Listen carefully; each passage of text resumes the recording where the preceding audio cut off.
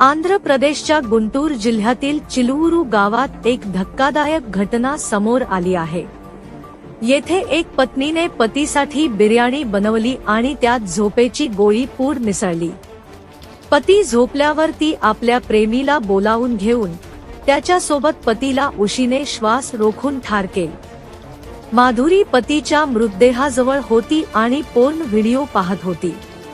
पोस्टमार्टममध्ये श्वास रोखून हत्या आणि छातीवर जखमा आढळल्यामुळे खुनाचा दावा ठरला। या प्रकरणात पत्नी लक्ष्मी माधुरी आणि तिचा प्रेमी गोपी यांना अटक करण्यात आली आहे। पोलिसांनी पुढील तपास सुरू केला असून पुढील माहिती लवकरच देणार आहे।